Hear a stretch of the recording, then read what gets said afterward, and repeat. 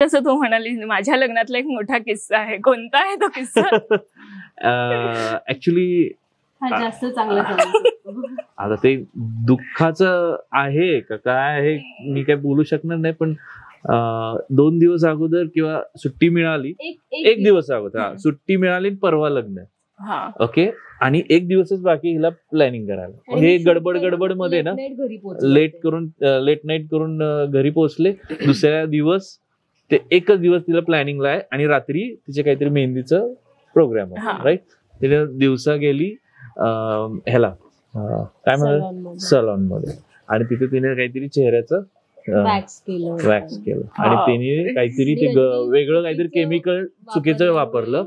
अख्खा चेहरा पूर्ण बंद झाला, अख्खा चेहरा.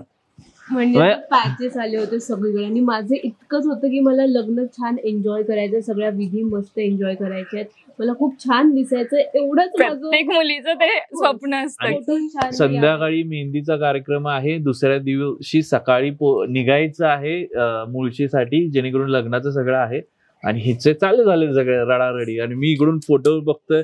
बाप रे, म्हणलं आता काय. माझ्या घरी मी रडले की माझी आई रडायची, आई रडली की मावशी रडायची, मावशी रडली की ताई रडायची, म्हणजे सगळे रडले बघून सगळे रडत होते. मग इथे रडतायत तर माझ्या सासूबाई आहेत, त्यांना कळत होतं की अरे शरयू रडते, मी रडते म्हणून ह्याच्या घरी पण सगळे रडत होते. म्हणजे इकडे पण आई पण, आईला काय रडायला झालं, परत लक्ष झालं की हिला बघून ते रडतात की बाबा हे काय विघ्न आलं किंवा काय झालं. तर मग मी निर्णय घेतला की नाही, जे असेल ते आपण करूया. मग मी माझ्यातले एक चांगले मेकअपवाले त्यांना हायर केलं, आणि मग तिचे जेवढे पूर्ण असं चेहरे पूर्ण असं हे झालं होतं, म्हणजे एक सगळीकडे पॅचेस आले होते, म्हणजे पूर्ण असे साल निघल्यासारखं जे होतं ना ते, म्हणजे पूर्ण मी ते करून घेतलं. आणि आय थिंक थोडंफार पॅचेस झाले असतील, पण ते दिसत होतं सगळं. आणि मला आ करता पण येत नव्हते. मग तरी तिला जरा कॉन्फिडन्स दिला की नाही, जे होईल ते होईल, आपल्याला काय करायचं, आपल्या चेहऱ्याला काय करायचं. आणि मग तसं करून मग दुसऱ्या दिवशी आम्ही तिथं पोहोचलो. आमचं ग्रँड वेलकम झालं सगळ्यांचं. माझ्या फॅमिलीचं वेलकम झालं, हिच्या फॅमिलीला आम्ही रिसिव्ह करायला गेलो, सगळं ग्रँड वेलकम. मग तिथे आत गेल्यानंतर सगळे खुश झाले. मग तिथून नाही, छान नाही झालं. सगळ्यांचं अरेंजमेंट छान झाली, सगळं काय झालं, सगळ्या काय गोष्टी. पहिलं काय होतं आपलं एंगेजमेंट, दुपारी एंगेजमेंट, पोचल्या एंगेजमेंट होतं, आणि मस्त सगळं काय होतं. आणि एंगेजमेंटला हिनं ते ड्रेस घातला आणि लागली मोठ्याने रडायला की आता माझं कसं होणार, मी पहिल्यांदाच लग्न करणार आहे, नंतर थोडीच लग्न करणार आहे, आणि असं कसं हे आपण पोस्टपोन करू. म्हणलं तू लुक साठी करत असेल तर त्यासाठी मला काही प्रॉब्लेम नाहीये, तू नको त्याचं टेन्शन घेऊ, आपण नेक्स्ट टाइम परत कुठंतरी फोटोशूट करू, त्यावेळी काहीतरी करू गोष्टी. मग तसंच म्हणून तिला घेऊन गेलो. ऑफकोर्स काही जे लोक आले होते त्यांना पण ते शॉकिंग होतं की एवढं मेकअप का केला तिला, कोणाला माहिती नव्हतं. पण ते कुणाला कळू दिलं नाही, इव्हन आजपर्यंत कुणालाच माहित नव्हतं. हे फर्स्ट टाइम रिव्हील करतोय आम्ही, खूप मोठी गोष्ट आहे. हो खरंच आहे. सो माझी एक रिक्वेस्ट आहे सगळ्यांना की जर तुमचे काही महत्वाचे इव्हेंट्स असतील तर प्लीज आदल्या दिवशी कुणी असे फेसवर एक्सपेरिमेंट करूच नका. एक 7-8 दिवस आधी किंवा एक 4 दिवस आधी एक्सपेरिमेंट पण करा, पण जे रेग्युलर वाले त्यांच्यासोबत करा. हे असे जे नॉर्मल किंवा एकदम बदलीवाले अचानक येतात आणि काहीतरी लावून जातात चेहऱ्याला. माझं सलॉन दुसरीकडे आणि मला तिथे जायला वेळ नव्हता, सो मी आता माझ्यासाठी जे अवेलेबल आहे तिथे जाऊन मी करायला गेले, आणि मग वाटलं गुपचूप पद्धतीने तुम्ही लग्न केलंय आणि 1 वर्षाने डायरेक्ट फोटो टाकून असं बॉम्ब स्पॉट केला सोशल मीडियावर की अरे 1 वर्ष आधी पारूचं लग्न झालं.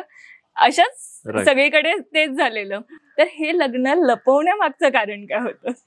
ऍक्च्युली पिंकीचा विजय असं चालू असताना आमचं असं ठरलं होतं सगळ्यांना सांगून किंवा प्रोडक्शन किंवा यांना की बाबा ते कुणाला जास्त डिस्क्लोज नाही करायचं, आणि एक 3 महिन्यानंतर 4 महिन्यानंतर आपण डिस्क्लोज करू.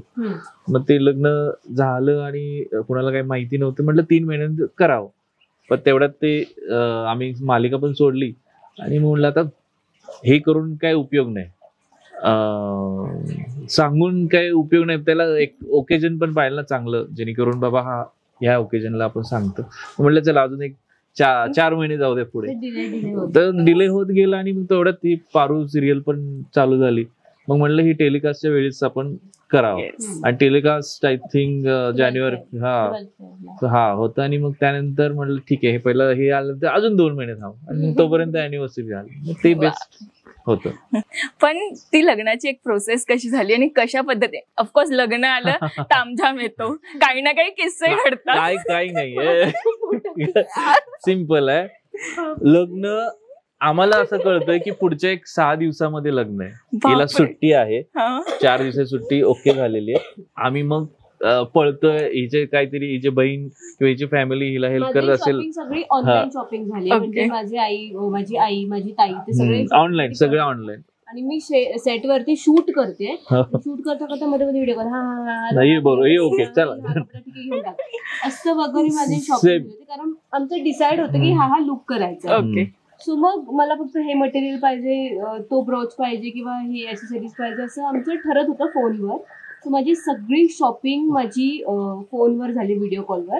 मी फक्त एखाद वेळेस मेजरमेंट साठी गेले असेल. सेम आमच्या घरचे पण 1 आठवड्या अगोदर सगळ्यांनी स्टार्ट केलं की बाबा हे असं आहे. आणि त्यांना तर विश्वासच बसत नव्हता की आम्ही लग्न करतो, कारण त्यांना असं वाटलं की ते फिरायला येतात. आम्ही एका मुळशीच्या इथे मस्त रिसॉर्ट बघितलं होतं आणि सेम असंच आहे, ह्याच्यापेक्षा पण मी म्हणू शकतो छानपैकी.